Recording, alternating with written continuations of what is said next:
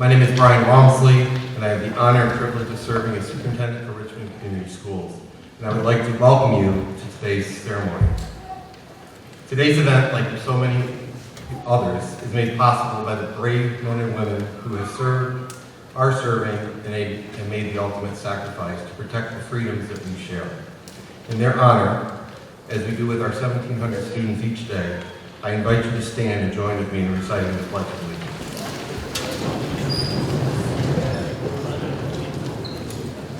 I pledge allegiance to the flag of the United States of America and to the republic for which it stands, one nation, under God, indivisible, with liberty and justice for all.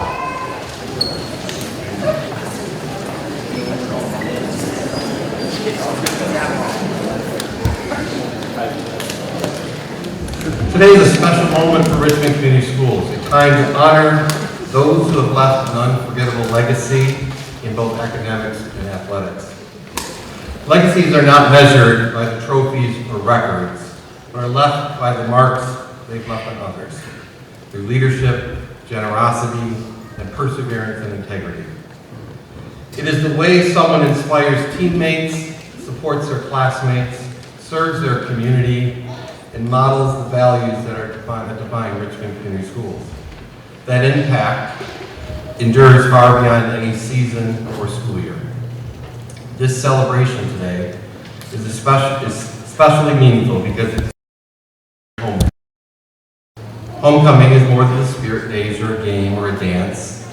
It's tradition, it's unity, and it's pride. It's students feeling part of something bigger, alumni returning home, and a community honoring where we have been and where we are going. As part of that tradition, we gather to induct outstanding individuals into the Academic Hall of Honor and Athletic Hall of Fame. Our academic inductees remind us that education is more than the pursuit of grades and a diploma. It is a lifelong journey of curiosity, discovery, and growth. Their achievements today show us that knowledge has the power to transform not only our lives, but those that we influence. They stand as examples of how we learn to shape character, fuel innovation, and inspire others. Our athletic inductees inspire us with their perseverance, sportsmanship, and resilience. Their accomplishments on the field are impressive, but what endures is the discipline to rise after setbacks, the humility to put team above themselves, and the strength to carry those lessons into every stage of life. They remind us that the true measure of an athlete is not the records broken, but the character built along the way. Together, they embody the spirit of Richmond Community Schools, excellence, community, and the belief in one of us and each other. Today, as we welcome these remarkable individuals into the Hall of Fame and Hall of Honor, we do more than just celebrate their past, but we challenge ourselves to carry their example forward. Their stories remind us of the greatness not found in home, but in the lives they've touched, the doors that have been opened, and the standards they've set for all of us to follow. May their legacy ignite each of us with the curiosity to dream bigger, the strength to work harder, and the heart to serve others. And may we leave Richmond stronger than we found it, so the generation of Blue Devils yet to come will feel the pride, the unity, and the excellence that defines this community. It is now my great pleasure to introduce Margaret Telto, President of the Richmond Education Association and Vice President of the Richmond Board of Education, along with Preston Trem, the Director of Athletics, Facility, and School Improvement, who will carry us forward with today's ceremony.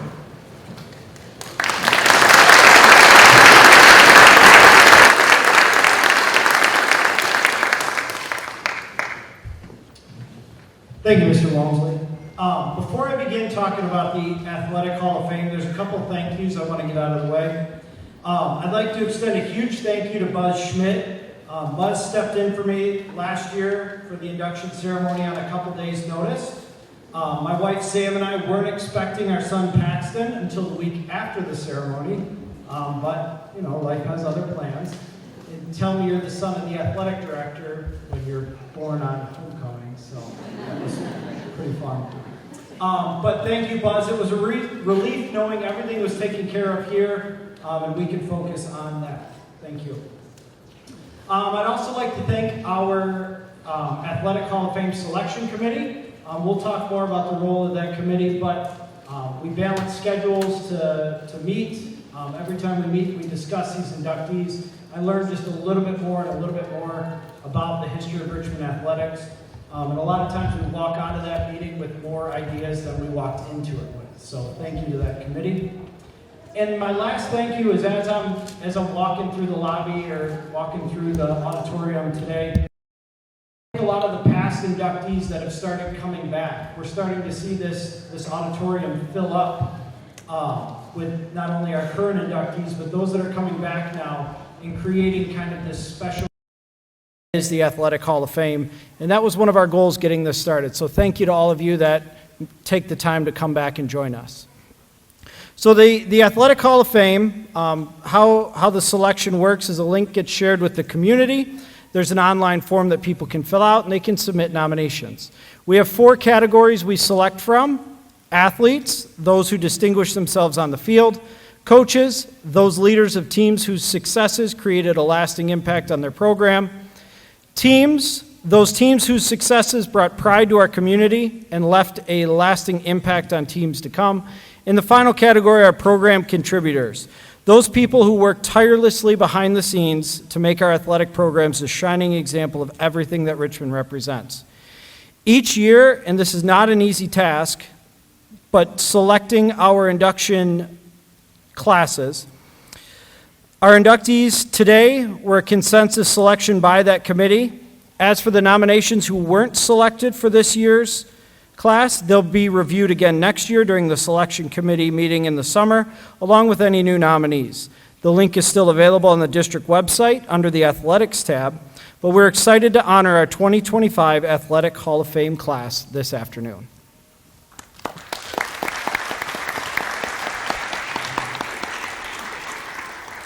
Good afternoon. The Richmond Education Foundation is part of the Academic Hall of Honor. We work as a group to do what we can throughout the years to enhance the educational experience for not only our students but our staff.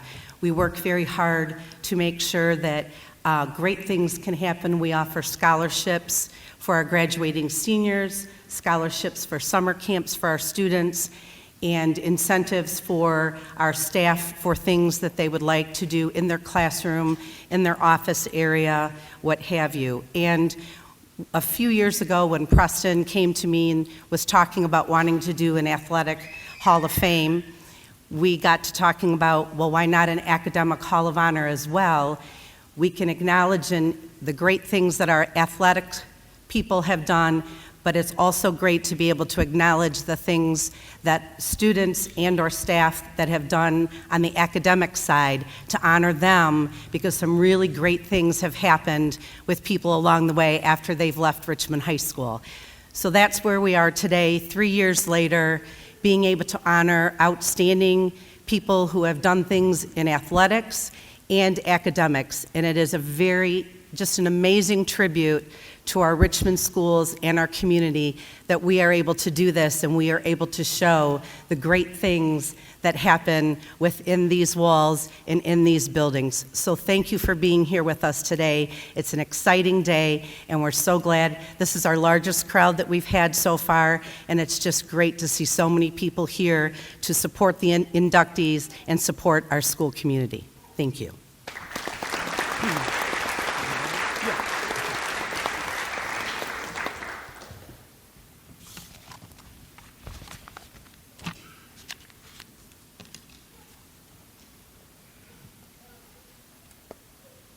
Okay, I get to start off this afternoon with our first Academic Hall of Honor inductee, and that is our 2018 mock trial team.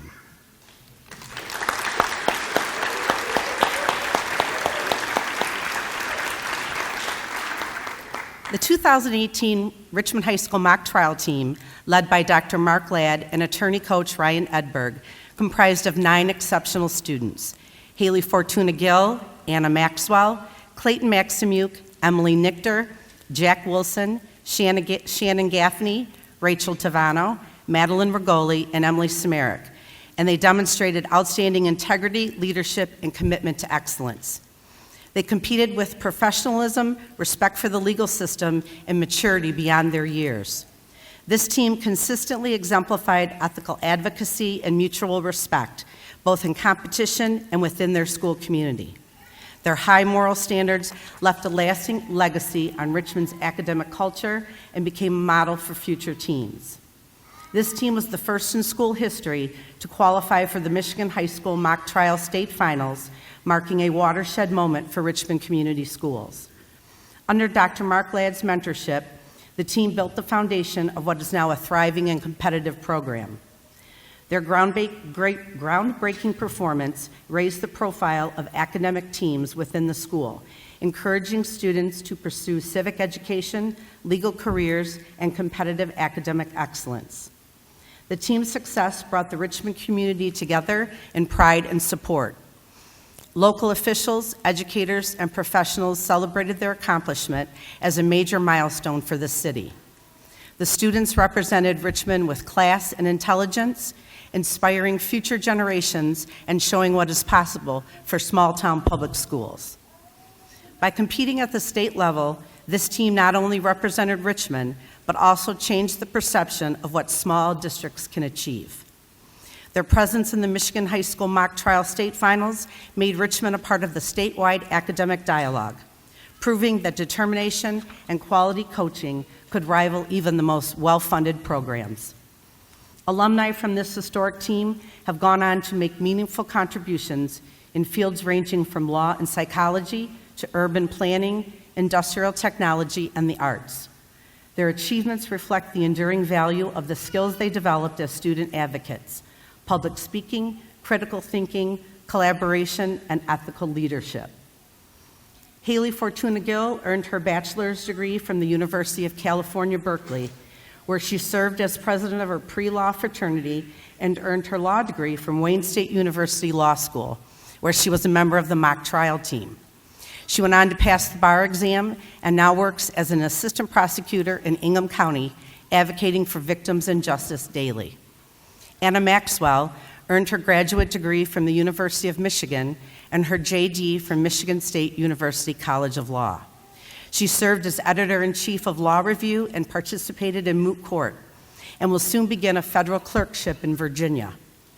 Clayton Maximuk graduated from the University of Michigan and now works at Waymo, a Google subsidiary advancing autonomous vehicle technology. Rachel Tavano is pursuing her PhD in psychology at Central Michigan University, contributing to mental health research and practice. Shannon Gaffney, after earning her BA in communications from Oakland University, began working at Wayne State University Law School in student affairs and is now pursuing a master's in urban planning with a focus on housing equity and community development. Emily Samarick earned her bachelor's from Purdue University and is a pharmaceutical scientist.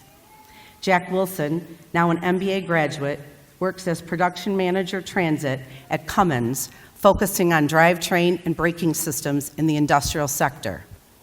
Emily Nichter earned her bachelor's degree from Oakland University and is currently the assistant to the producing artistic director at the Flint Repertory Theater, contributing to Michigan's vibrant performing arts community. Though many of these team members are still early in their careers, their work already reflects global impact. Whether working in legal systems, developing future mobility systems, researching mental health, or supporting the performing arts, their influence reaches beyond local and national boundaries. Their time on this team shaped not only their careers, but the values that they bring into the world. On behalf of the Richmond Education Foundation, I am thrilled to welcome to the stage our very first team, the 2018 mock trial team, as inductees into the Class of 25 Hall of Honor.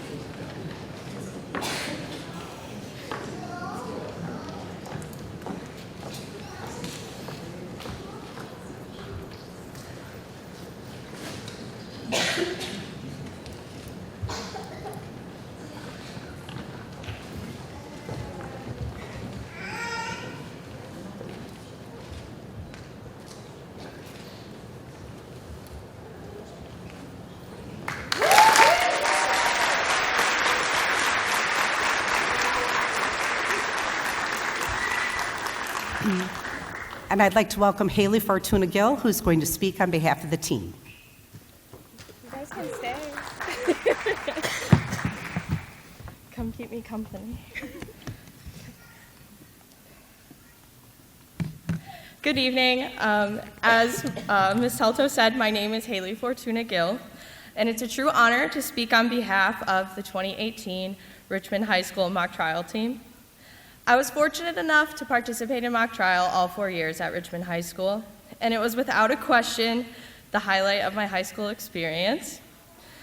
Mock trial, and Dr. Ladd in particular, as well as Mr. Edberg, who helped coach us this year, shaped me profoundly, both personally and professionally, and I know my teammates would say the same. We were the first team in school history to reach the state competition, an achievement that truly meant the world to us at the time. From the beginning, we believed in each other. We put in a lot of work, but we also had so much fun along the way. All of this was made possible by the inspirational stewardship of Dr. Ladd, who unfortunately couldn't be with us today due to a family matter. But what made this team especially remarkable, as Ms. Telto pointed out, is not only what we accomplished then, but what each member has gone on to achieve since. When I was 5 years old, I declared to my mom that I wanted to be a singing lawyer who wrote children's books and taught law school. Now, I truly believe that it's because of this mock trial team that I've been able to achieve at least one of those goals. And if you count belting out Shania Twain at the local karaoke bar, that's 2 of those goals.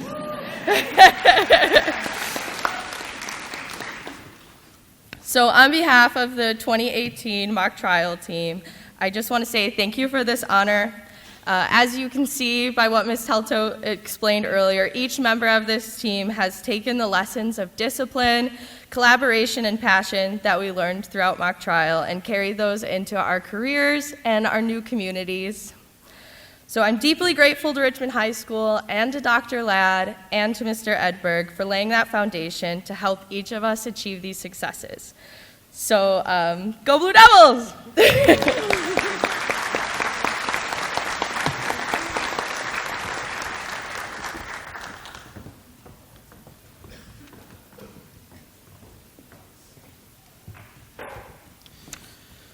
So, our first inductee in the Athletic Hall of Fame is Devin Skatska.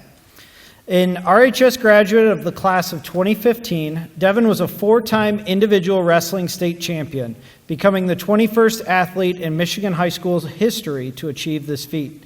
He was also a key contributor on the 2012 and 2015 team state championship wrestling teams, as well as the 2013 and 2014 teams that finished as state runner-up.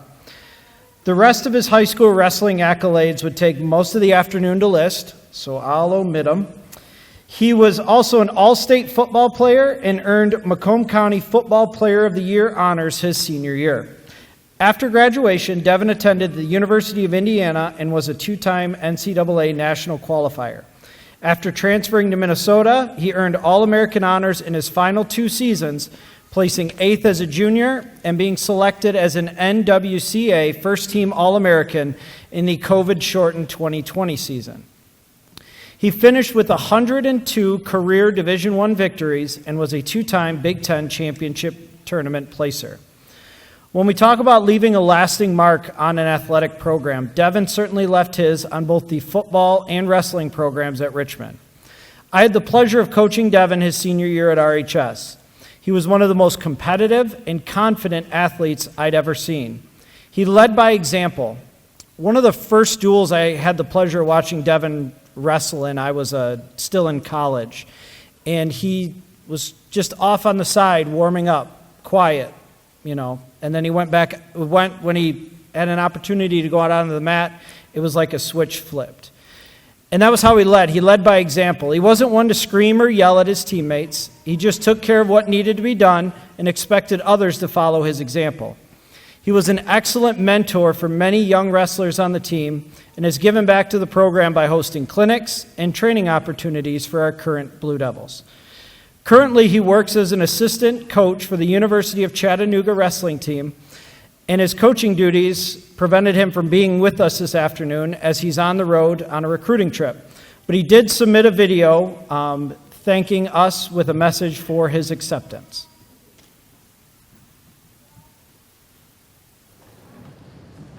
Hello, this is Devin Skatska. Thank you all for being here today. So sorry I could not make it. I'm actually out on the road doing a little recruiting right now. But again, thank you all for being here. Sorry I couldn't make it. Sorry you guys are all missing the Detroit Lions. Put the feet down on the grounds right now.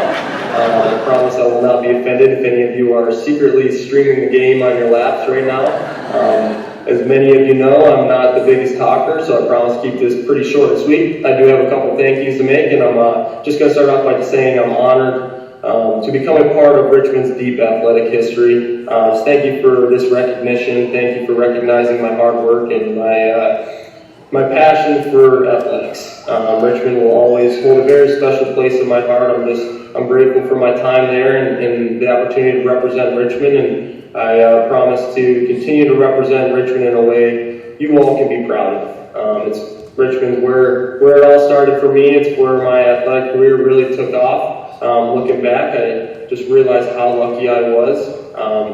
It's just the perfect environment to grow and thrive in athletics. I had a great support around me, great coaches, great teachers, great teammates.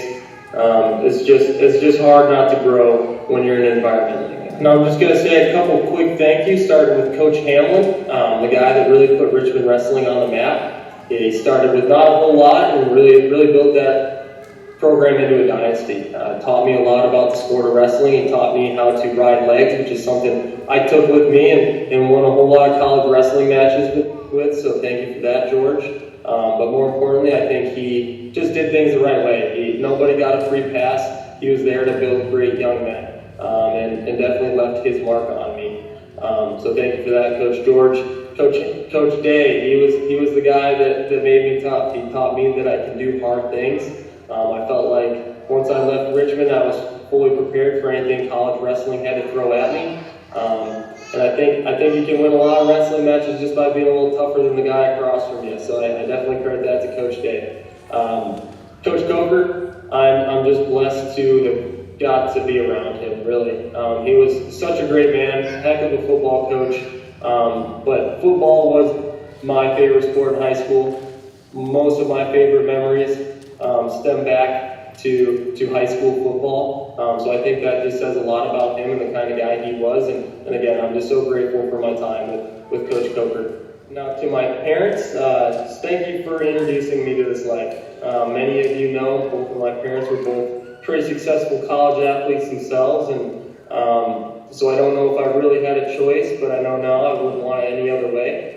I just want to thank them for pouring as much time as they poured into me and driving me around the country to different sporting events. And my mom, I think what she instilled in me the most was just her competitiveness and her stubbornness. I don't think I know anyone that hates to lose as much as her, you know, and that's pretty important when it comes to sports, right? That's the grit your teeth when things get hard and just find a way, right? I think that's what she instilled in me, and I'm very grateful for that. My dad, I owe a lot to him. He was my coach. He's still my coach. He coached me in Little League baseball, Pee Wee football, all the way until I was making phone calls to him in between matches at my international competition when I was 25 years old. And I actually been strapping him back up next weekend. I'm wrestling next weekend, and I'm sure I'll get on the phone with him sometime this week, and we'll talk a little bit of wrestling. But again, he's my coach, and I owe a lot of my development and just who I am as an athlete to him. And I'm not sure what it looks like now, but I believe the class of 2015 graduated around 120-ish students. And in my time there, we won state championships in wrestling, cheerleading, bowling. I think we're state finalists in softball and baseball, and we had a heck of a football team as well, which is extremely rare, right? Especially at a school the size of Richmond. It really only means one thing: everyone's involved, everyone's working together. It's the culture, it's the standard. Everyone competes hard, and once they're done competing, they get back to athletics, and that's really what I'm trying to do now. I'm in my third year coaching Division I college wrestling, and I'm just taking what Richmond poured into me, and I'm doing my best to pour it into the next generation of athletes. And with that, I guess if I can leave you with one thing, it's that you'll never regret hard work, right? Whether you're an athlete or not, whether you're the starter or the third string guy, right? You're never going to regret working hard. And really what that does is it breeds qualities that you will carry with you for the rest of your life. With that, thank you so much. Thank you so much for this recognition, and go Blue Devils.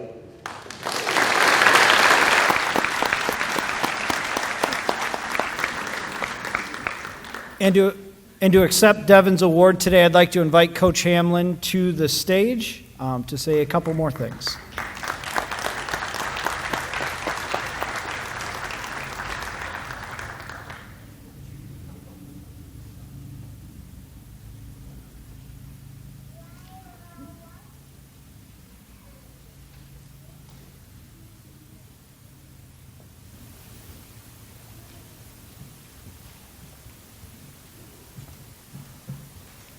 Thank you.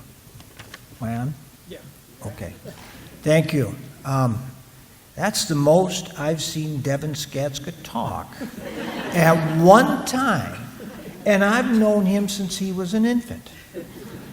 And I didn't prepare anything for Devin today because it's not necessary, and I could talk forever, and I'm not, because there's so many other people here that are getting just rewards for their service to the school, the community, and their team. But if I was going to describe Devin Skatska, I guess I'd use 3 words. The first one would be humble. I have never met any successful athlete that is as humble as Devin was when he was competing. Just humble. And then I would use the word quiet, because I'm still in shock. I can't believe that video. I can't believe he talked that much. I've never seen it. I've known him since he was little. I can't believe it. But I thought it was good. And then the next word I would use would be kind. Devin is what I would want my own son to be, and that's kind. As successful as he was as an athlete at this school, everyone that knew him would tell you how kind he was. So, I got to tell you a quick story. I taught at Richmond for 16 years, and I taught phys ed a little bit, but mostly taught English, and then I was moved to the middle school. So I'm in the middle school, and I got a 5th grade class, and I've got a little girl in this class. Her name is Sarah Ann, and she was incredible in gym. She got my award as a 5th grader, and I had 5th, 6th, 7th, and 8th. She got my award for gym class athlete of the year. So I saw Devin, and I said, "Hey, Dev, I saw your girlfriend." He was also in the 5th grade. And he's looking at me and he never said much. I said, "No, really, I'm serious. When you get to Richmond High School, look up Sarah Ann. I'm telling you, that's your girlfriend. That's your girlfriend." So then I had Sarah Ann in 8th grade in the gym class. And I said, "Sarah Ann," I said, "do you have a boyfriend?" And she said, "No." I said, "Well, listen, I found your boyfriend." And she said, "I don't need your help, Mr. Hamlin. I'll be fine. I'll be fine." I said, "No, I'm serious." I gave her a note. I said, "Devin Skatska, you make sure that you find him in the halls of the high school." So 9th grade rolls around, and guess what? Those two meet. That damn Hamlin. He was right again. Right again. So eventually, the two of them were boyfriend and girlfriend. They went to colleges together. They're married now, and they have a daughter.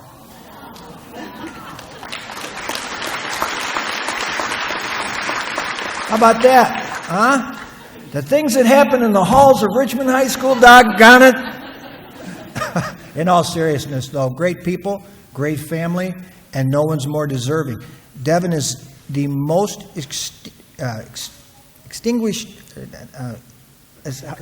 decorated, thank you, athlete in the history of the high school. Not only was he a college All-American, he served in USA Wrestling. He's been overseas, nationally.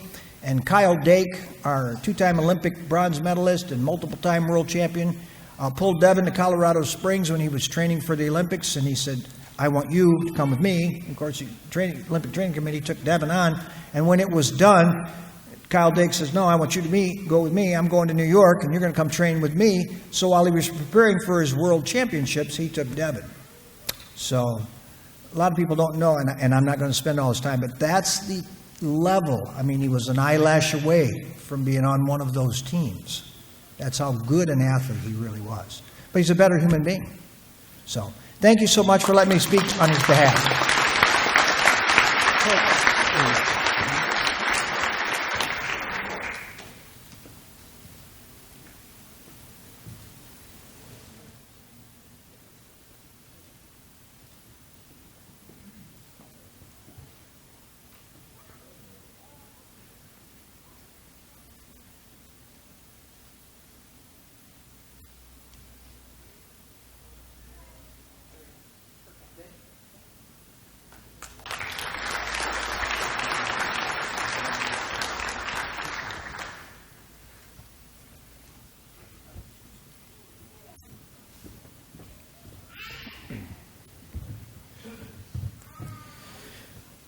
Our next athlete inductee was a pioneer for the women's sports here at Richmond.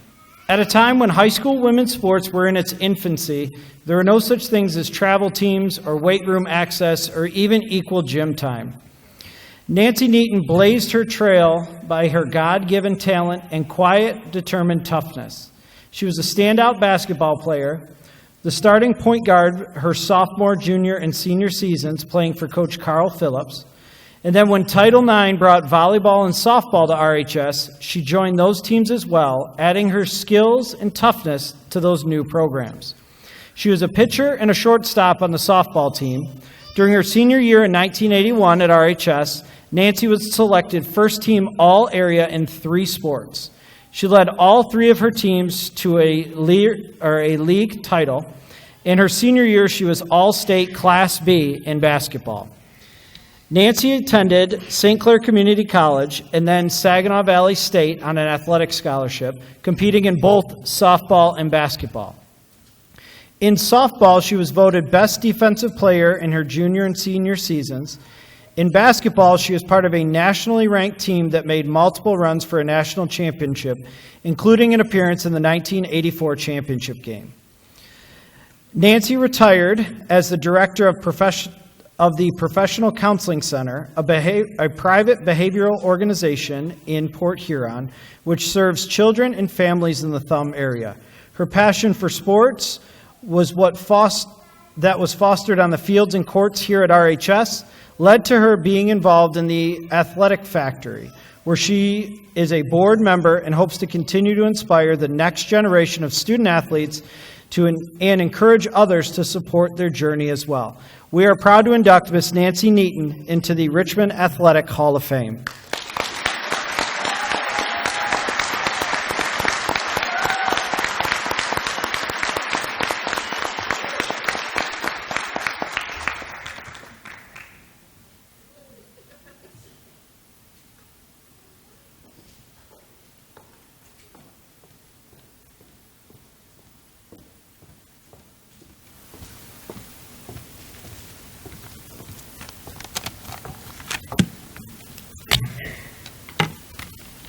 Thank you all for coming today. I thought about multiple ways how I could start this speech, and I thought I would start it in a fun way to help tell you my story. So I have a question for you, and hopefully you will have a little fun answering it. Who knows the origin of the word hooligan? Got some laughs. Can anybody think of a word that describes hooligan? I have the answer. What's that? In the late 19th century, hooligan was the surname of a fictional, rowdy Irish family. There was nothing fictional about my Irish family. I grew up with 5 brothers, and I am the only girl. My dad was a Golden Glove boxer, and my mom was the toughest of us all. 5 of us had red hair, and 1 of us did not. Sorry, Joe. According to some DNA tests, we were 100% Irish, or we are 100% Irish. Growing up, it was a mad Irish house. 5 brothers was like living with a tornado that never ended. There was always someone wrestling, someone breaking something, someone blaming someone else for things. Chaos was the root at it. I, although, was the lone queen in the kingdom of the chaos. I could silence them all with just one raised eyebrow, or a well-aimed fork. Sorry again, Joe. It was madness, it was magic, and it somehow was home. My siblings are one of the reasons, and I think the most important reason, why I am a decent athlete. I thank them for the support through all the years. Whew. I think all of you probably already know how transformative athletics can be for a young person, but I hope the rest of my story helps you to know that more deeply. As a child like Devin, I was extremely shy. In grade school, I was painfully shy and unsure of myself and unconfident. I always wanted to be blending into the background. But sports changed that for me. On the field or the court, whether it was kickball in the backyard with my brothers or in a competitive game in middle school, I began to feel strong. I began to feel confident, and I began to feel capable. I suddenly didn't want to be in the background anymore. I became the kid who wanted that ball hit to them at shortstop so I could throw the person out at first base. I became the kid who wanted the pass sent to me so I could pass it to someone else like Chris Durst to score the basketball. Thank you, Chris, for being here. Through sports, I learned to lead. I learned to fail and try again, to stay calm under pressure, and to push through when things got tough. And most importantly, I believed in myself. Sports opened doors to higher education, and like Mr. Preston said, a very fulfilling career where I became director of an organization where I could help lots of people. But none of this would have happened without the people who lifted me up during high school and middle school. And they surely did lift me up, and they deserve to be up here as much as I do. So I'm hoping that I can get through this without crying. My first person, my impact person, Mr. Mark Firstenau. He was my 6th grade teacher. You saw something in this shy kid, and you took me under your wings. You spent extra time with me. You helped me with my schoolwork, even beyond the 6th grade. And you even took me into community events like things like fishing for the first time. You made me feel seen and valued. I have thought of you often through the years and how much you impacted me. And I am just so emotional that you made it here from Ohio all this weekend to celebrate with me. Mr. Les Francisco. Les was my middle school basketball coach. He was also my middle school counselor.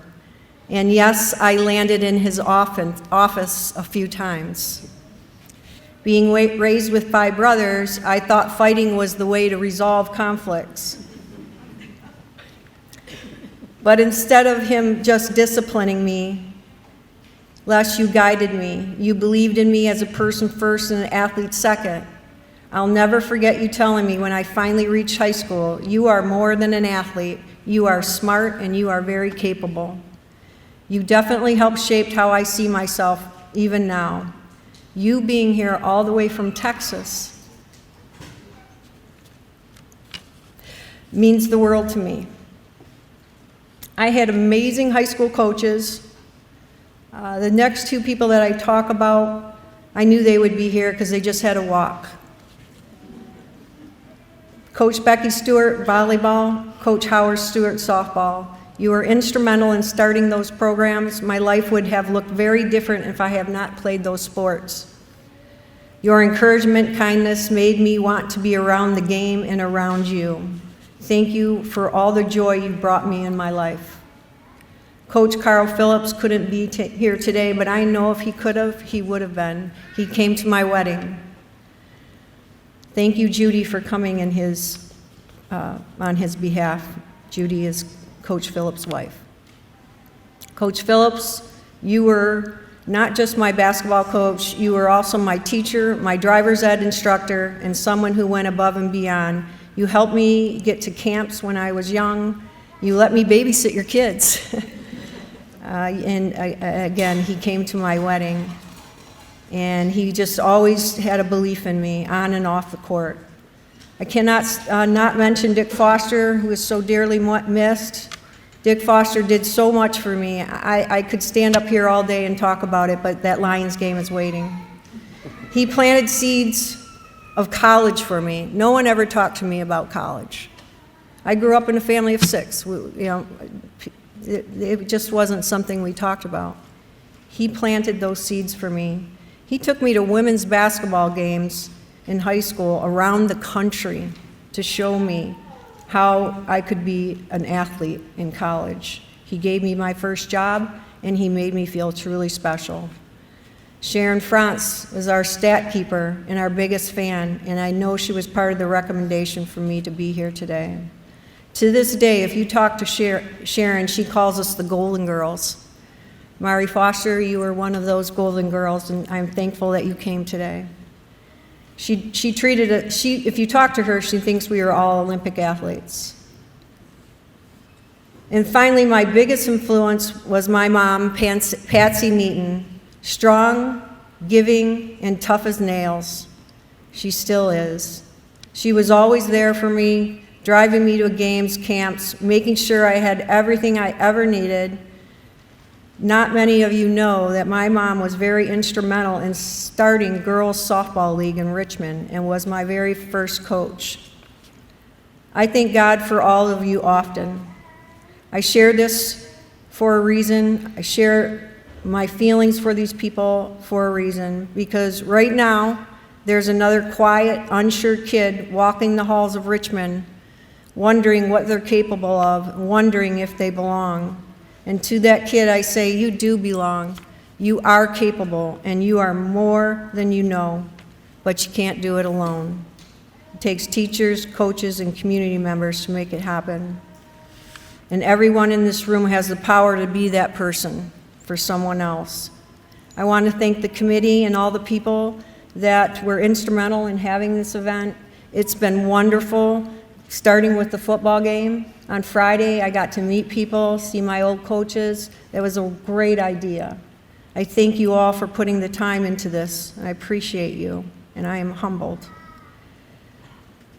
I am very thankful for all my friends and family that came today, and I am proud of my journey. I am proud of where I came from, and I am proud to forever be a Richmond Blue Devil.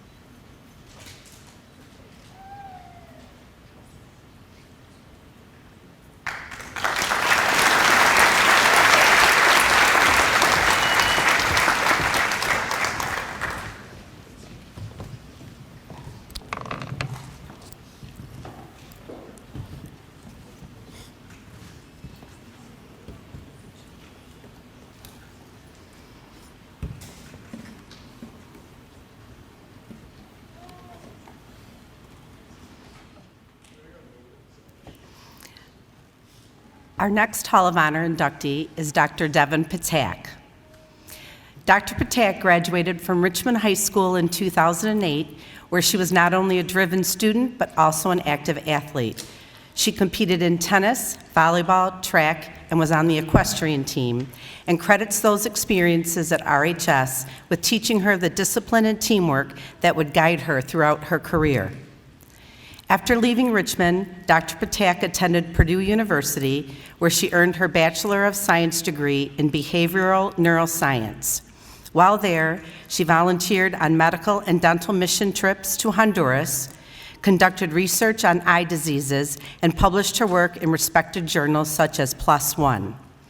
She went on to complete her Master of Public Health at Dartmouth College, where she further developed her commitment to research and public health. Dr. Patak then spent several years in Boston working as a healthcare consultant, contributing to additional publications, including one in the Journal of Molecular Diagnostics. Although successful, she felt called to a career where she could directly impact people's lives. That decision led her to Tufts University School of Dental Medicine, where she earned her Doctor of Dental Medicine degree. During her training, she received the Lester P. Goldsmith Endowed Prize Fund in Endodontics, a recognition of her outstanding work in this specialty. Discovering her passion for saving teeth and relieving pain, Dr. Patak pursued advanced training in endodontics at Tufts University, where she completed her residency and later achieved diplomat status with the American Board of Endodontics. She now serves as both a faculty member in the Department of Endodontics at Tufts and as an endodontist in private practice. Dr. Patak also continues to give back through programs such as Mission of Mercy, where she provides free care to underserved patients. Beyond her clinical and academic work, Dr. Patak is deeply committed to advocacy for the dental profession. She has represented her colleagues at both the state and national levels, participating in Beacon Hill Day in Massachusetts, as well as National Lobby Day in Washington, D.C., where she has met with legislators to advance policies that strengthen access to oral health care and support the dental community. Her commitment to advancing her field is evident in her numerous research publications in the Journal of Endodontics and beyond, her presentations at national conferences, and her leadership roles in organizations such as the Massachusetts Dental Society, the Massachusetts Association of Endodontists, and the American Association of Endodontists. And this December, she will take another exciting step forward by opening her own endodontic clinic, APX Endodontics. Please join me as we proudly welcome Dr. Devin Patak into the Hall of Honor.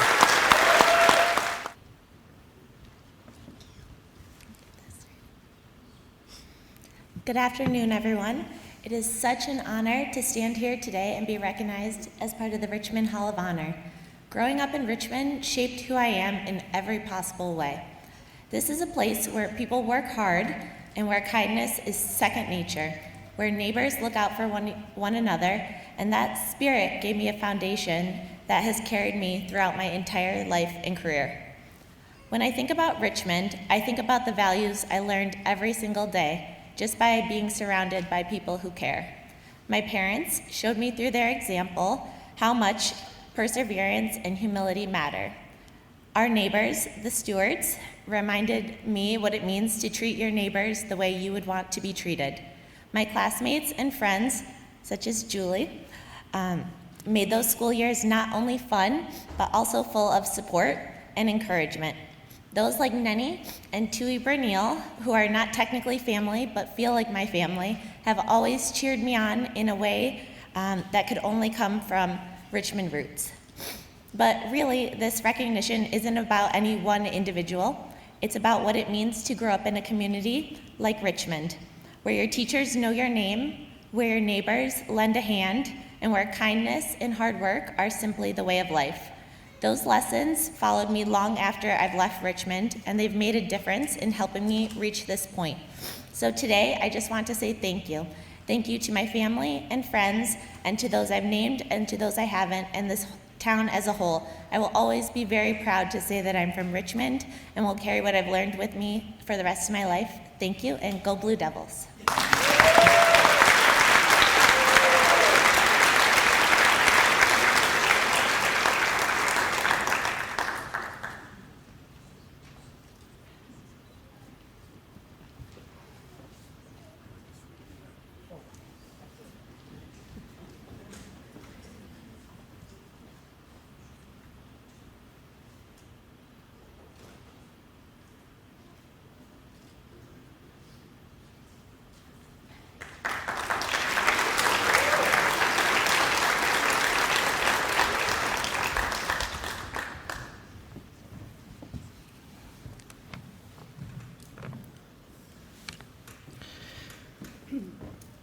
Our next inductee in the Athletic Hall of Fame is Coach Bill Patton.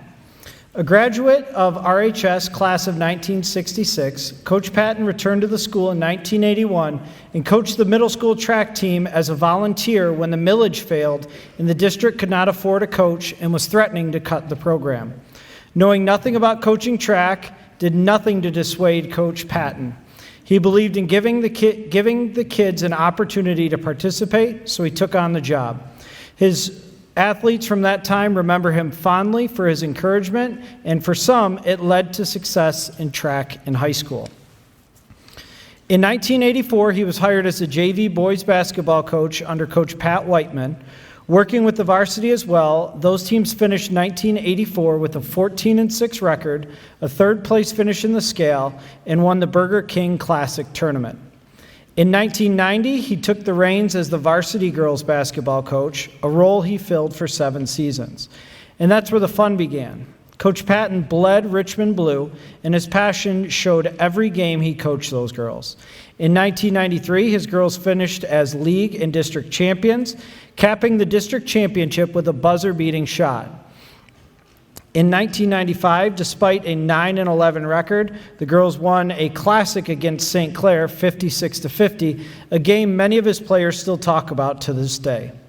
Throughout his time coaching the Blue Devils, Coach Patton was described as having a booming, spirited voice that was always encouraging towards each of his players. He was a strong role model and mentor, oftentimes getting up to go to work at 4 a.m. so he could be back in time to coach practice. Through the highs and lows, he taught his players how to dig deep in order to win, not only in basketball, but in life. They knew he loved them, and he loved them back. We are proud to induct Coach Bill Patton into the Richmond Athletic Hall of Fame, and we invite his son, Billy, to accept the award on his behalf.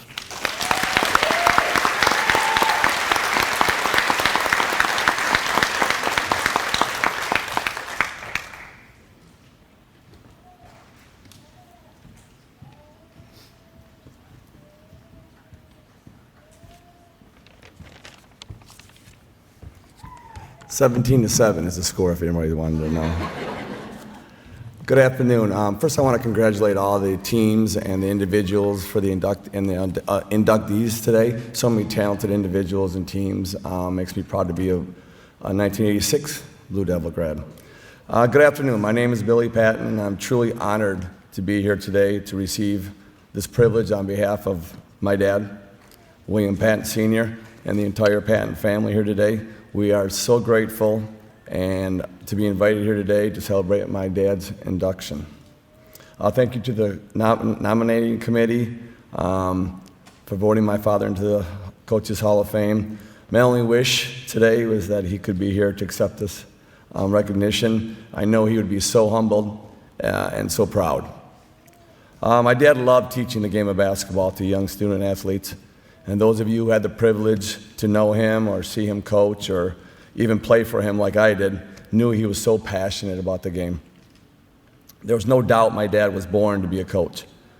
He enjoyed every facet of being a head coach, the game planning, the preparation, practice time with his teams, the in-game strategy, and the competition. He loved the competition. But most of all, he relished the relationships he built with his players. They were like family to him. If it meant patting them on the back for a job well done, or cussing them out for a mistake they made over and over again, his players knew he cared, and he would do anything for them.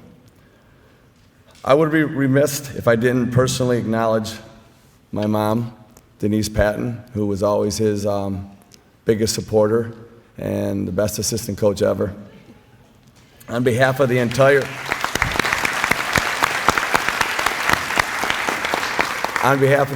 Patton family, I'm humbled to accept this honor with pride and much appreciation. Thank you so much. Appreciate it.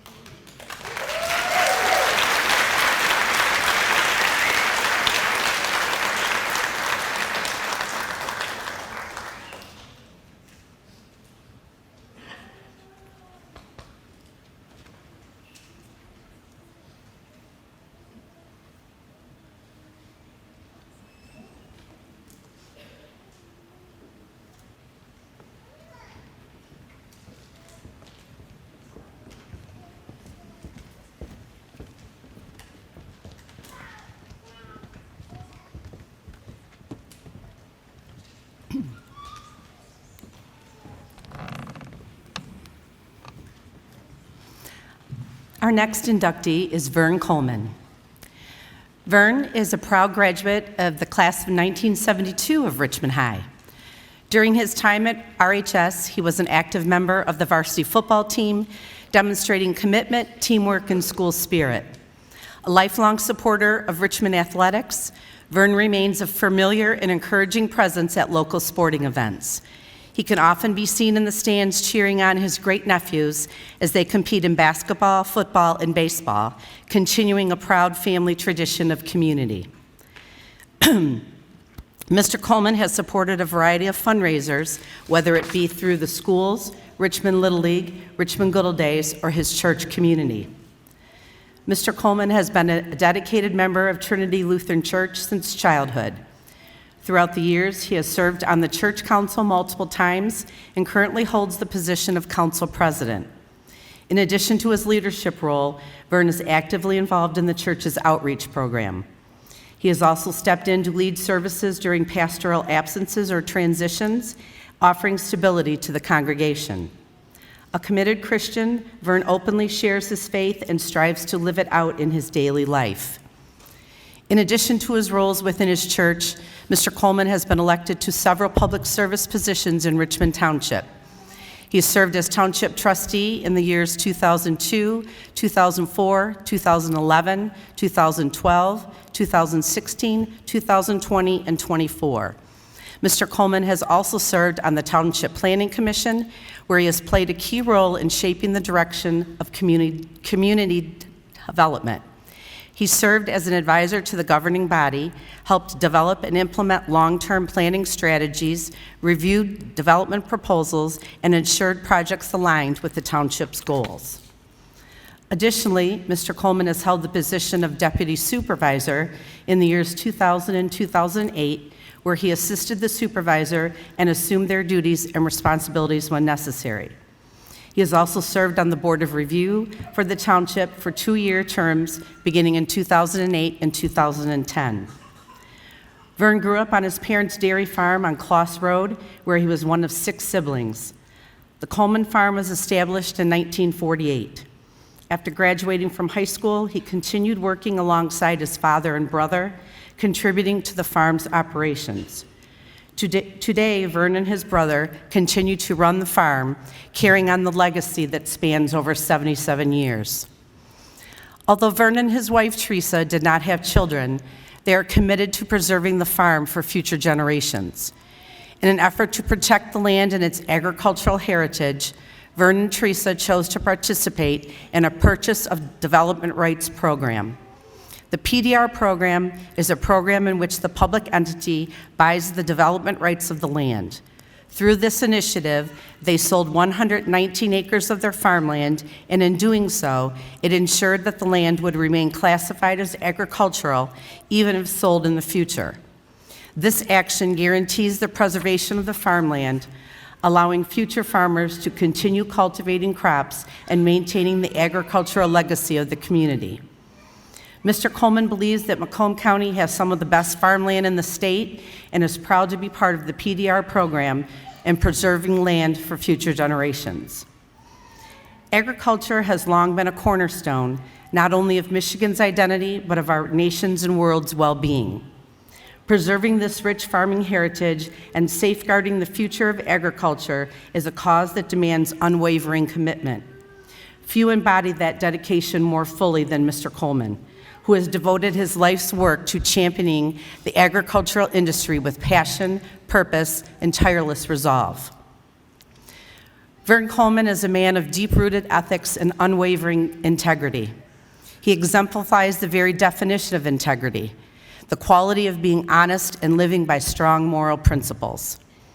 Vern is a calm, quiet presence who would go out of his way to help anyone in need. He is sincere, compassionate, and deeply respected by all who know him.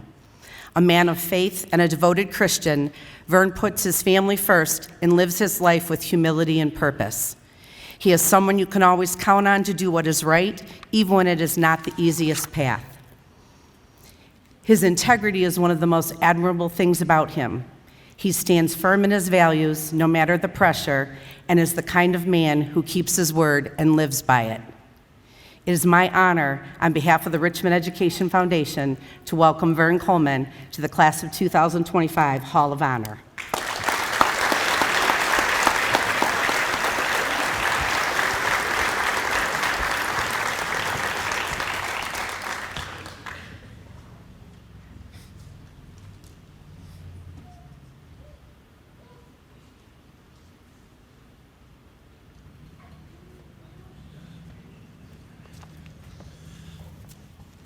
I think Margaret did a better job than telling my story than I'm going to.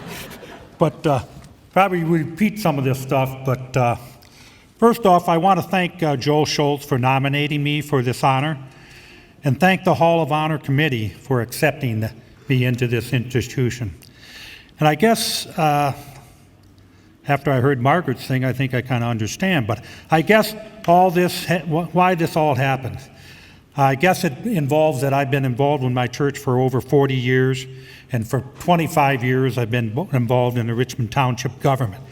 At my church, I have served as church council president, treasurer, part-time pastor, and for the last 2 years I've become the DoorDash guy of Trinity as we do our free meals, and I deliver meals to the police department and to the EMS and to some departments in Memphis.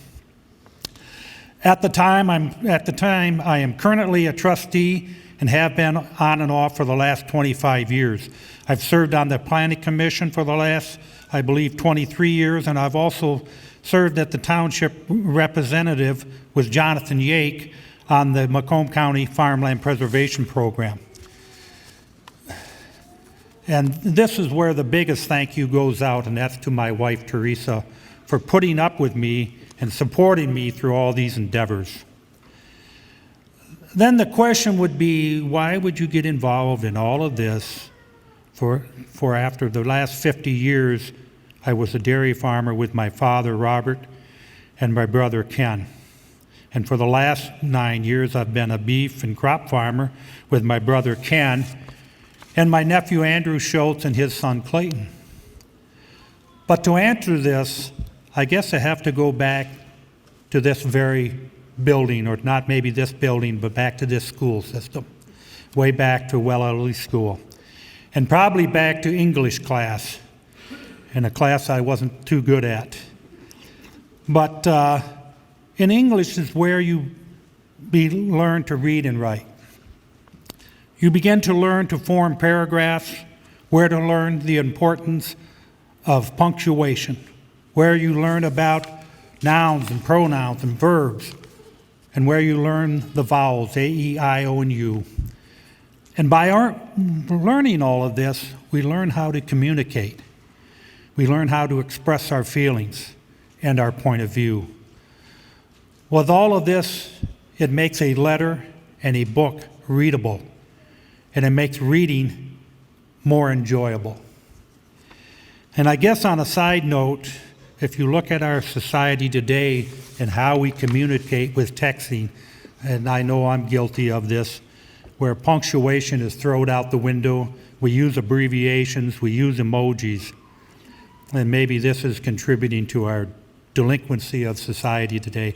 But back to my story. Now, by getting involved in my church in a township, it was like putting a letter or a book, or writing a book, like building a paragraph. You start to build an opinion. Your character starts to emerge. You not only help your community, you're helping yourself. And like a good book, your life begins to have purpose, is enjoyable. Your involvement is like punctuation. 1 week may end with just a period. The next one will be a question mark, and you may be thinking, what was that all about? Or it may end with an exclamation mark, and you think, that was great.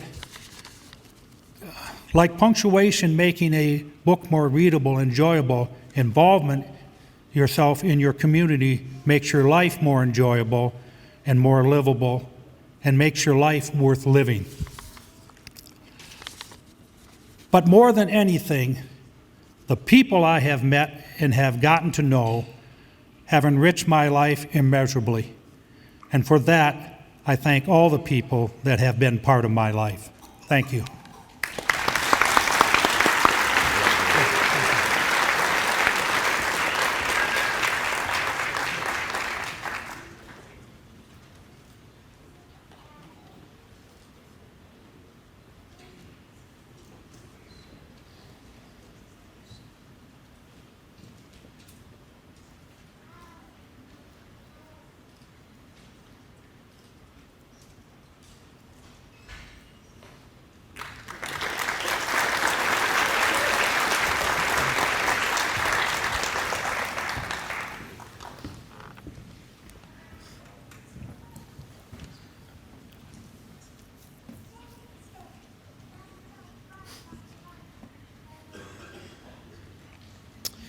Our first team inductee into the Athletic Hall of Fame class of 2025 is the 2006 boys soccer team.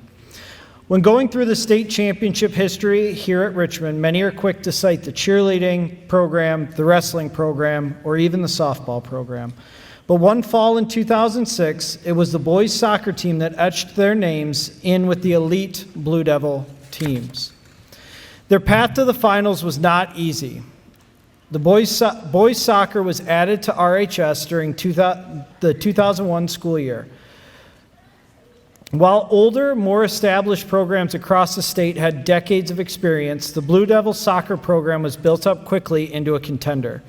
Everything came together in the 2006 season. After claiming league, district, and regional championships, the toughest test would come in the state semifinals. Facing soccer powerhouse Detroit Country Day, the Blue Devils etched out a 1-0 shootout victory.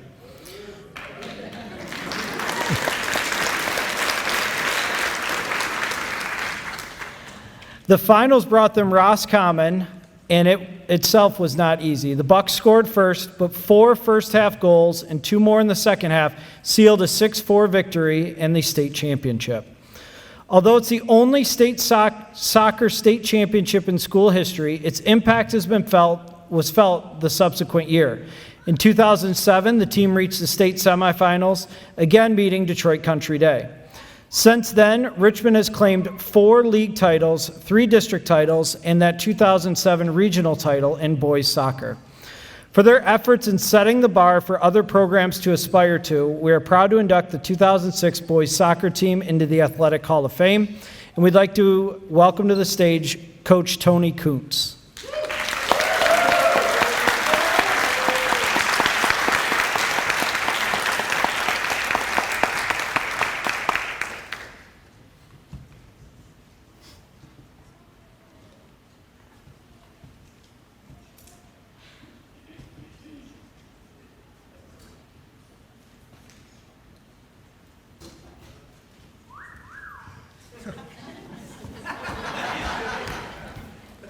I could guess who that was.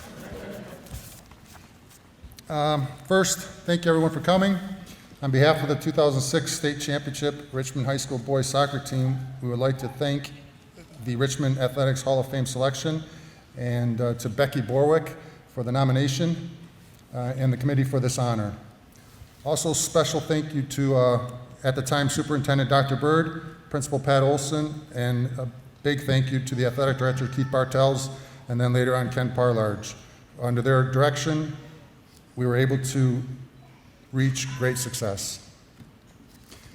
I got to tell a quick story how this began. Dr. Patrick Bird approached me at a game about coming to coach at Richmond High School, which was in 2003. And so, I took on the position along with my brother Rob, and that particular year we ended up winning the league and districts as well, our first year there. And then why I'm getting to this is the 2 seniors I think we had that won the state championship were on as freshmen in that year. I think it was brothers Blake and Brett Fowler. And so we had a good team that year. My brother's looking at us like, well, we can do some good things here. And then, long story short, them as seniors, we win the state championship.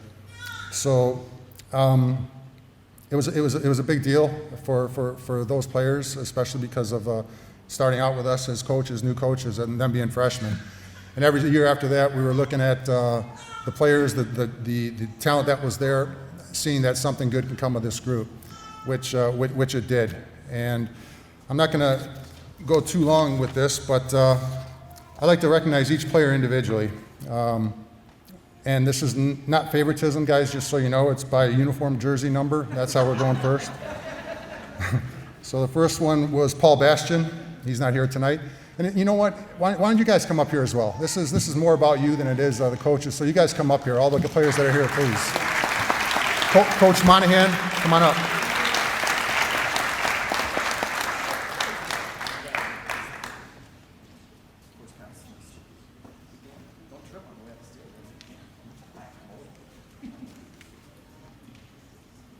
As I'm watching some of these guys come into the building, I see them carrying diaper bags, and some of them actually have their soccer bags as diaper bags.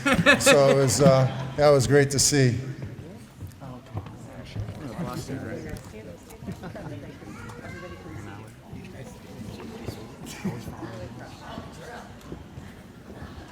My brother Rob, he left in 2004, and then another player's father came to me and said, hey, it looks like you need another coach. And I said, well, yeah, I guess I do.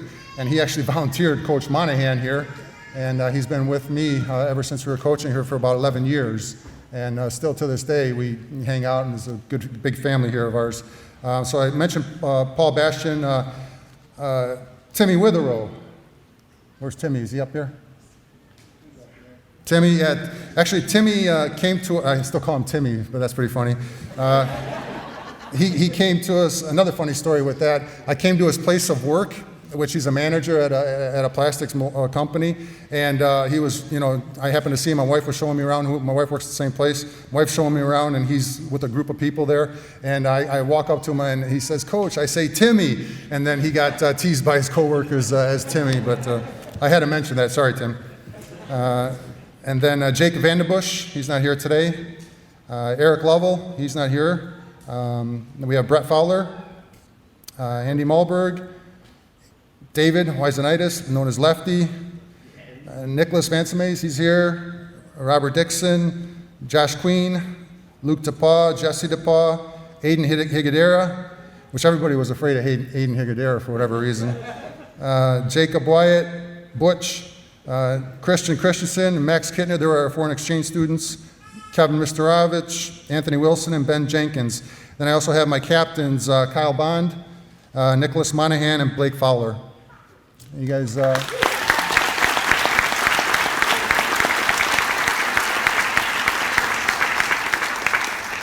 So again, thank you very much on behalf of the Richmond High School State Championship soccer team.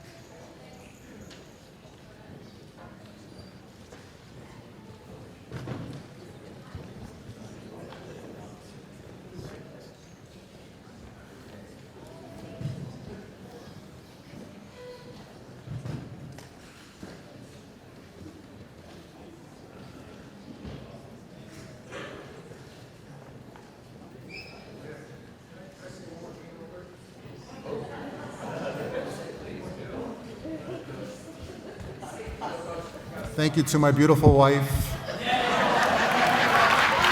And I'm going to say thank you to my son, but he wasn't around at that time, but he's here now anyway, so thank you for being here. And Coach Monahan, family does not know this yet, but we're doing a 20-year reunion at their house next year, so just so he has a heads up.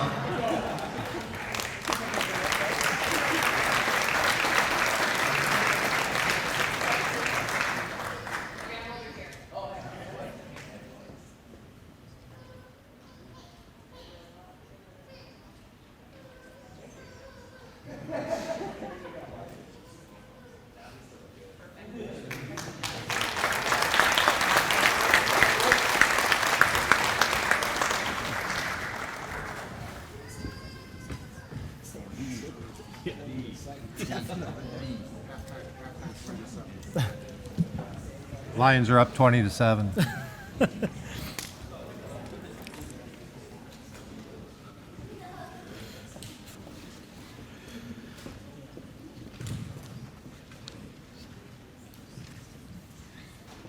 When they mentioned it'd been 20 years when we were out talking in the lobby, I was like, no way. And then I started doing the math in my head. I was like, you're right, it has been. So, our next team inductee this year is our 2003 state runner-up varsity baseball team. 13, I'm sorry.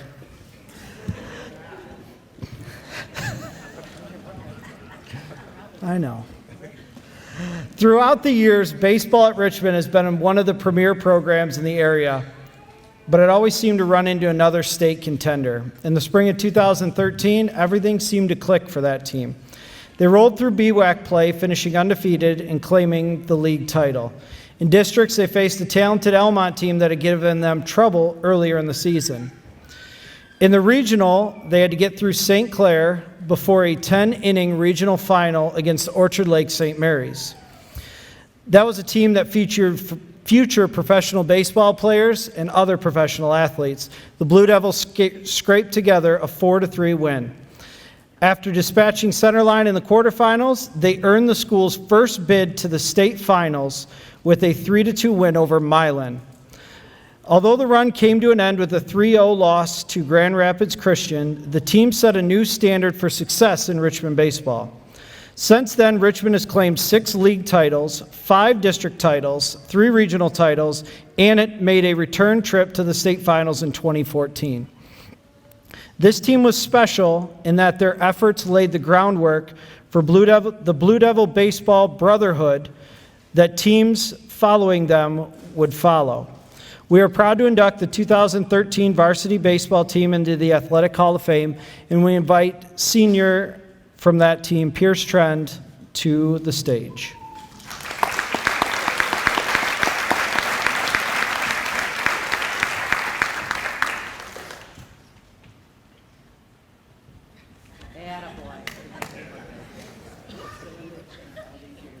I was going to say, I think we're the youngest team here. I should probably jump up. I think the soccer team did it best. I like to invite the rest of the team up. It's not just about me. And coaches, Scotty and Gary.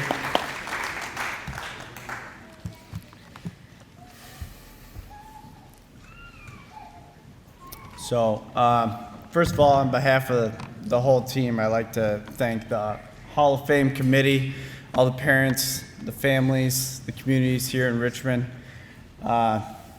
Really, baseball, I think, is very deeply rooted. I think all of us have come through the Little League program, and we've all played against each other for a lot of years. And so it felt like coming to high school that being on the same team, it was a little bit of mixed egos I felt coming in, which was pretty fun. And then what really laid the groundwork is the 2012, the team before us. Scott came in as the new coach and really stuck it in our brains that, like, this is no longer a team of all-stars that we were kind of used to getting together at that time at the end of Little League and coming together that way. So once we kind of started going down, seeing all these different teams and everything, I'm struggling here. It's kind of fun. It is what it is. But I think just coming back, seeing all these guys, I think we really built a good brotherhood, and I think we've all kept up with each other's lives. I know a lot of us have introduced each other to each other's wives, and now we're starting to have kids. We're losing a lot of hair, so that's been a lot of fun to see everybody come back. So, but looking back, I think I had a lot of memories of going. We started with plyometrics. That was like a new thing. We started doing all these, like, our main workouts, and it started with, I think it was 20 reps of everything. Coach had like 40 different things he wanted us to kick or punch while we were out there, allegedly. And then he had said the goal was to get to 100 reps, and I remember thinking, good Lord, hopefully that's a 2014 problem. And sure enough, I think it was before the season started, we were all out there, we were in a circle, we all were laughing in between. really built a lot of just friendships, I think, going through. And then even we get out there, we start doing just running simple things like poles, where you got to run from one pole to the other pole. We really took it in stride and held each other accountable. We taught ourselves not to cut corners. I think when we first started, we would just run straight. I think some of us touched second base going pole to pole just to make it as short as possible. And then by the end of week 1, we were all running along the warning track, making sure we got every single step in. And then even if somebody was one lap behind, I remember people getting out there and running that last lap with them, even if it was an extra for them. So, I mean, just how much we built into each other, how much we held each other accountable. I think it is really, I guess personally for me, going into life after that, learning not to cut corners, learning how to, realize that you're not the only person on this team or, in the position. I played outfield. I'd say I was a designated fielder, which was fun because you look at Major League Baseball and everybody was striving to get there, and there's always like, oh, the pitcher doesn't bat. I was like, well, you look around and this team's so good that if I just have to go catch fly balls out there, I'll do that, and somebody else can go hit the ball because they can sure as hell hit it a lot further than I could. So that was fun. So I just want to thank all you guys. You guys really made, sports in general, especially after high school. I don't think I played any other sports. I know a couple of us had went on and played collegiately, and so it was really fun to keep up with everybody. Even, I think we had a lot of sophomores that were really good, and they went on to do great things as well. And it was really fun to hear about what had happened after our team had went through.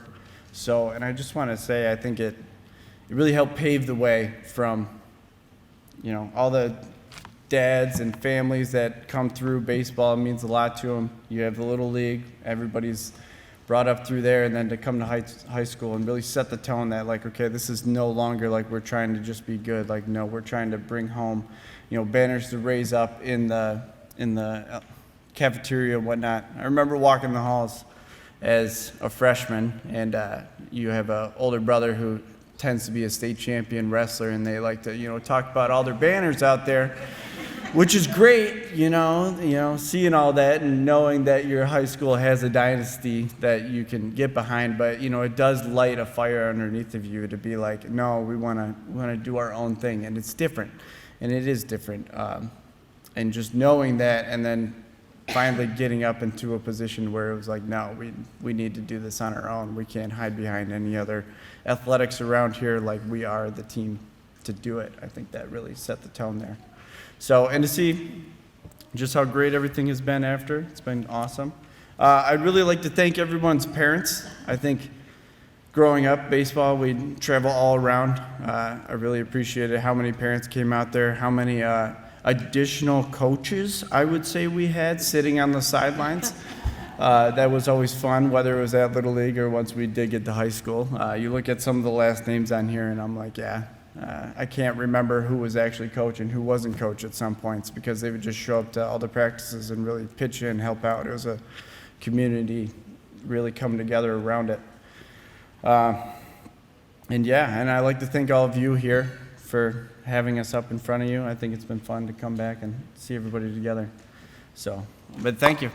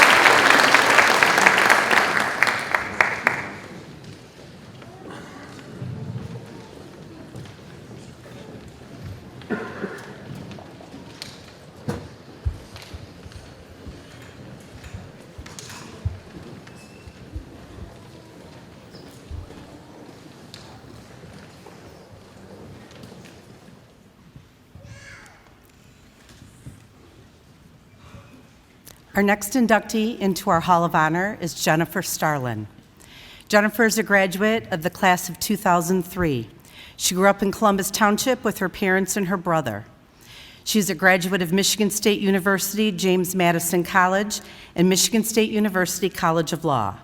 She's a member of the State Bar of Michigan, the U.S. District Court, Eastern District and Western District of Michigan, and the U.S. Court of Appeals for the Sixth Circuit.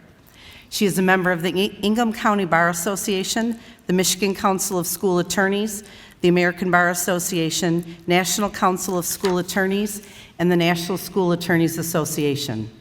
She is a shareholder with the firm Troon Law, based in East Lansing. Ms. Starlin is an individual who has always lived her life guided by deep integrity and strong morals. Her natural ability to do what is right, no matter who is watching, has shaped her into the successful woman she is today. Along with being a successful attorney, she is a devoted wife and mother, a loving daughter, sister, and a truly wonderful friend. In her free time, Jennifer enjoys traveling and often uses these opportunities to support various charities by donating her time and resources. She is actively involved within her church and provides assistance to families in need.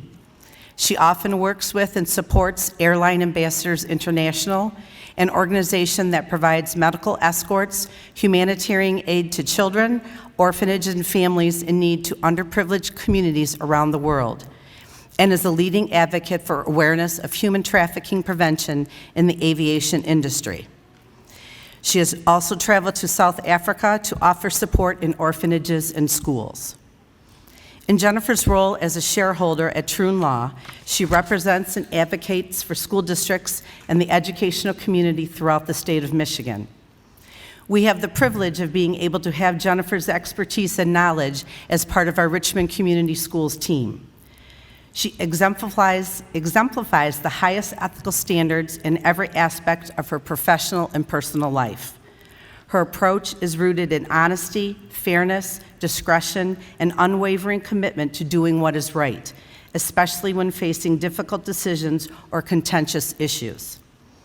Her guidance to school leaders is always grounded in integrity. She does not offer what is easy or expedient, but rather what is lawful, just, and responsible. Those who work with Jennifer know her to be someone whose word is trustworthy, whose standards are principled, and whose decisions reflect a genuine care for people, students, families, educators, and the communities they serve. Jennifer is a wealth of knowledge and has been able to help us navigate issues that could potentially have legal ramifications. Her answers are always stated in a way that is easy for us non-lawyers to understand. Such qualities reflect a deep sense of ethical leadership grounded in service to others. Jennifer's legal guidance has been invaluable for Richmond Community Schools. For over a decade, she has provided expert counsel on complex matters involving student discipline, Title IX compliance, special education law, and personnel issues. She has represented this district in difficult proceedings with poise and precision, protecting the district's legal standing while also safeguarding the dignity and rights of the individuals involved. Jennifer has educated district leadership on emerging legal requirements, helped draft policies that promote equity and compliance, and has been a reliable, responsive partner when challenges arise. Jennifer's work has had a profound ripple effect across the broader Richmond community. By helping the district uphold equitable and defensible policies, she has contributed to greater transparency, fairness, and accountability in public education, qualities that reinforce the public's trust in our schools. Parents, community members, and staff have benefited from policies shaped in part by her legal input, policies that promote inclusiveness, resolve conflicts, and provide clear guidance in times of uncertainty. In every domain, ethics, service, legal expertise, and educational advocacy, Jennifer Starlin exemplifies the caliber of individual the Hall of Honor was designed to celebrate. Her character, professional excellence, and far-reaching impact distinguish her as a leader, a role model, and an enduring friend to Richmond Community Schools. It is my honor to welcome Jennifer Starlin to the Class of 2025 Hall of Honor.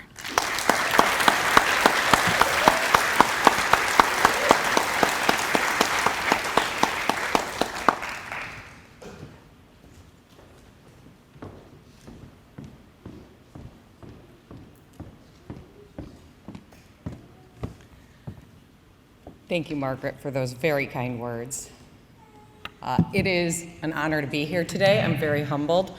I have been on this stage a few times. Unfortunately, I was told that nobody is here today to hear a legal update or a summary of student speech cases from Tinker onward. But if you change your mind, you can find me after. I was also told to try and keep it under the usual 2.5 hours, so I'll do my best. In all seriousness, I'm thrilled to be here. I know that the competition to be in this Hall of Honor is very fierce because I know the caliber of people in this community. They're extraordinary. We've heard about some of them today, but there are many, many more who are probably very deserving of an award like this. Many of my friends from Richmond include educators who have raised the bar for kids in reading, which is a critical skill that opens more doors than any other skill. Successful journalists who are champions of free speech, farmers who make sure that we never really have to understand no farmers, no food, or flowers, construction workers who are building our country, and corporate leaders who ensure that our economy keeps running. I also have extraordinary family who are Richmond alums, including my sister-in-law, who's dedicated her life to saving babies, raising babies, and serving our country as a military spouse, and my brother, who works to keep our country safe every single day. I have a unique perspective. As a school lawyer whose firm represents over 500 schools in Michigan, I can confidently say that Richmond is a great school. I've seen other schools, hundreds of them. I've sat through more board meetings than I can count. In Richmond, like anywhere, not everyone always agrees all the time. But what I've seen here when I've been at meetings is great debate and respectful disagreement. And that sets a great example for our kids in the district and for the broader community and the world. Richmond continues to produce exceptional graduates who are dedicated to making this world a better place. I think a true testament to the greatness of this school is the fact that when I started doing presentations, legal update presentations about 10 years ago, many of the staff in the audience were my former teachers who were still working here. Over the past couple of years, that's changed. I think many of them have retired, but now most of the audience are people that I went to school with, who are now working in the district. People come here and stay here. It's a great school, it's a great community to live in and to raise kids in.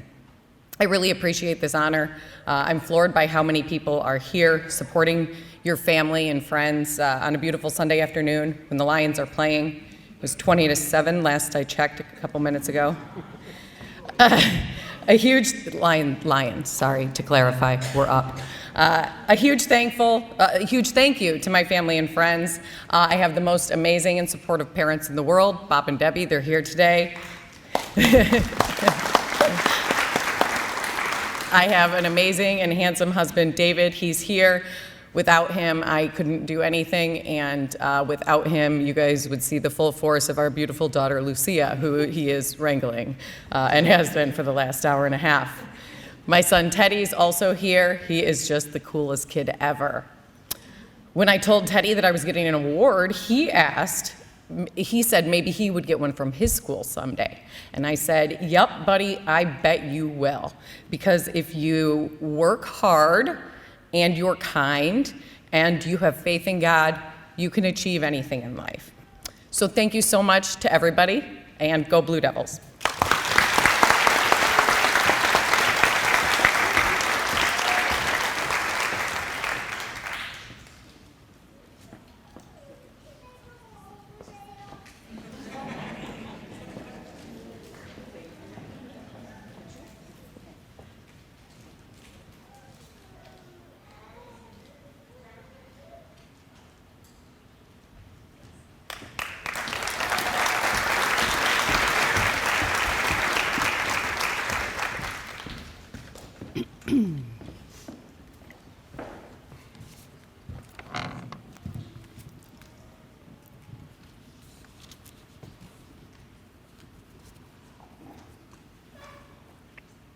Our final inductee this afternoon is Christine Rowley.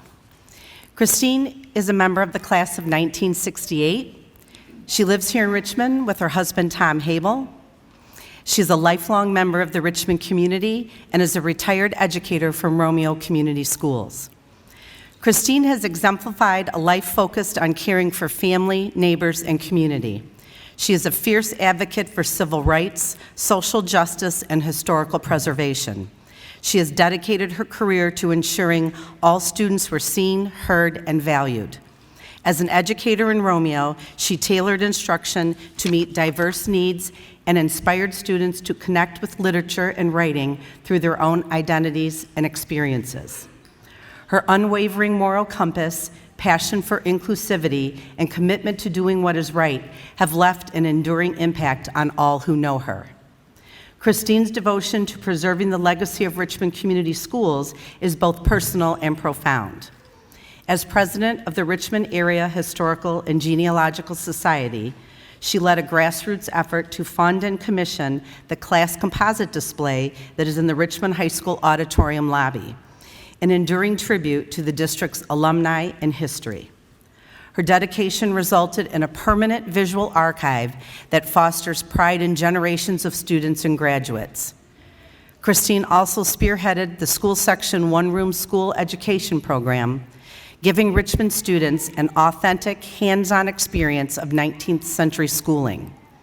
Through this immersive education program, students have gained a deeper appreciation of both the roots of public education and the history of their own community. Christine's contributions to the Richmond community stem from a deep personal connection. She is a descendant of the pioneering Claggett family who settled in the area in the 1800s. Her passion for preserving and celebrating Richmond's heritage is evident in the numerous traditions she helped to establish and sustain. As president of the Richmond Area Historical and Genealogical Society, she founded the beloved one-room school education program and the annual Historic Tea, both of which have become community traditions that foster intergenerational learning and civic pride. Christine's leadership and volunteerism have elevated countless historical society events. In 2015, her commitment to the town's heritage and people was formally recognized when she was honored as the Grand Marshal of the Richmond Good Old Days Festival Parade. Under her leadership, the Richmond Area Historical and Genealogical Society has contributed artifacts, stories, and educational programming that highlights rural and early educational life in Michigan. Her advocacy has helped secure grant funding and institutional partnerships ensure local history is recognized as part of the broader tapestry of Michigan's heritage. Her vision and efforts have influenced other historical groups across the state to initiate similar preservation and education projects. As a dedicated teacher in Romeo, Christine taught and mentored thousands of students over her decades-long career. Her impact is evident in the lives and achievements of her former students, including acclaimed author Sarah Miller, who credits Christine as the inspiration for her career in historical writing. In the dedication section of Miss Spitfire, her best-selling novel about Helen Keller's tutor, Annie Sullivan, Sarah recognizes Christine's influence in sparking her love of history and writing. Another of Christine's former students is Robert James Ritchie, better known as Kid Rock. Though Christine might not list this among her proudest accomplishment, it is a testament to her reach as an educator. Her classroom was a place where curiosity was cultivated, voices were encouraged, and a lifelong love of learning was sparked. Christine Rowley's influence transcends local and national boundaries through the values and curiosity she instilled in generations of learners. Her students have gone on to make a difference in fields ranging from literature and the arts to public service and education, bringing her impact into communities around the globe. Beyond her classroom, her commitment to historical preservation ensures that future generations, regardless of location, can access and learn from the stories and experiences of the past. Christine's legacy is not confined to a single place. It lives on in the minds and hearts of the students she taught, the community she served, and the history she has so passionately protected. Please join me as we proudly welcome Christine Rowley into the class of 2025 Hall of Honor.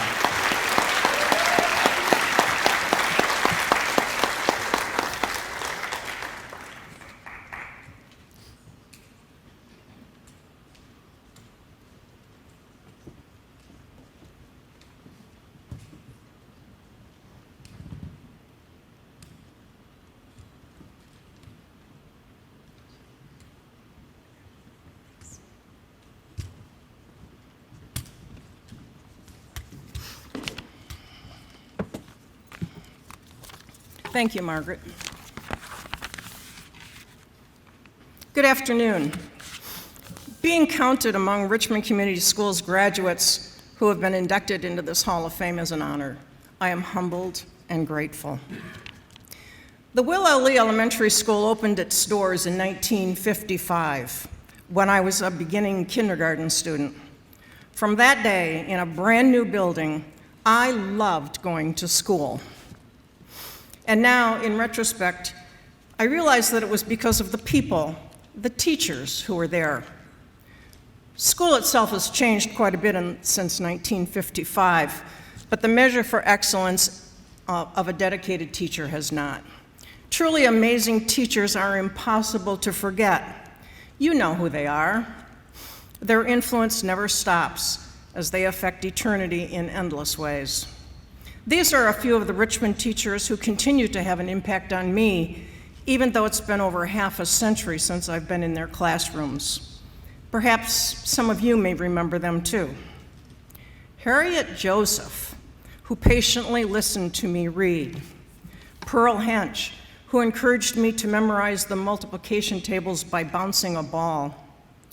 Pat Wan, who demonstrated beautiful cursive handwriting as we maintained our gem books. Ruby Quick, who took the mystery out of English grammar. Jim Hunt, who ignited in me the passion for language and reading and creative thought. Alice Morin, who showed me the value of imagination and a well-told story. Lola B. Weeks, whose rigorous Latin class taught me mental discipline and critical thinking. Ginny Reed Wood, who made learning engaging and infectious, but who also taught me that it's not always about getting A's. After I spent a year in her qual-quant chemistry class, she discreetly and gently advised me to stick with the study of humanities, which I was very glad to do. Marion Ferguson, who is deeply committed to our growth and who believed in our potential. At her retirement luncheon, which occurred the same year as I began my teaching career at Romeo High School, she looked directly at me and she said, "Oh, Chris, it goes by so quickly. Enjoy your teaching. This career is the absolute best." Barbara Rowley Smith, a school teacher, yes, but before that, my sister, who from the get-go showed me how to laugh at myself while enjoying this crazy short life we have. And Arlene Rowley, my mother, my first and best teacher, who was also on the staff at Lee Elementary. These are the people who taught me who I am and what I was meant to become. I dedicate this Hall of Fame honor to all of them, lifelong learners themselves, ordinary people who in their own way were extraordinary. Serving the community is a joy that continues in my work with the Lois Wagner Memorial Library and the Richmond Historical Society. All of the volunteers have patience and provide inspiration every single day. This power of the community working together feels priceless. One day a while ago, I received a call from a woman in Utah, and she asked me if the Historical Society had a picture of her grandmother, who graduated in 1926. I told her that I would be happy to get the picture from the high school lobby, from the kiosk in the high school lobby, the one that always held all of the class composite pictures. Well, I was disappointed to learn that the display was no longer there, and in fact it was broken, and the class photos that dated from 1898 were scattered across a storeroom floor. I immediately knew that we needed to get it restored so that this important piece of our school history could be saved. Mr. Walmsley supported the idea and the project, and we began to work. After months of planning and designing with creative professional people, the Historical Society folks were organizing the years, were inserting the rescued pictures in the sleeves, and completing the project. If you haven't seen the result, please do so before you leave. It's in the lobby. Perhaps you'll see yourself, your parents, your grandparents, or other ancestors. Working for nonprofits always involves calling on people. So I want to give a thank you to all of the volunteers everywhere who say yes when you're called to help with events. That small word means so much. I'm overwhelmed with gratitude. Richmond Schools has educated countless students who've made a lasting impact on our world. Many are in the audience here today. How lucky I am to be among you. Thank you to my family and friends who are here today. Your support makes this day special. In closing, I will borrow words from William Shakespeare, the brilliant and the most influential wordsmith, who demonstrates that even with genius literary talent, simplicity is sometimes the truest form of communication. Over 400 years ago, he wrote these profound words in Twelfth Night. I can no other answer make but thanks and thanks and ever thanks.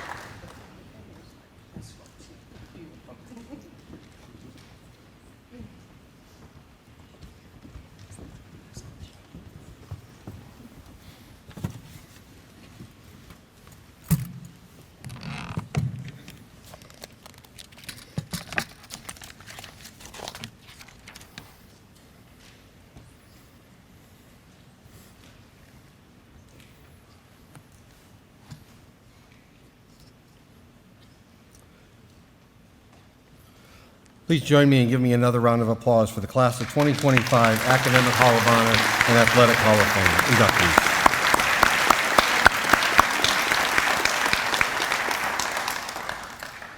This afternoon, we celebrated more than individuals or team achievements. We celebrated the values, traditions, and the spirit that makes Richmond Community Schools extraordinary. To our inductees, your accomplishment, dedication, and character reminds us all what is possible when talent meets perseverance.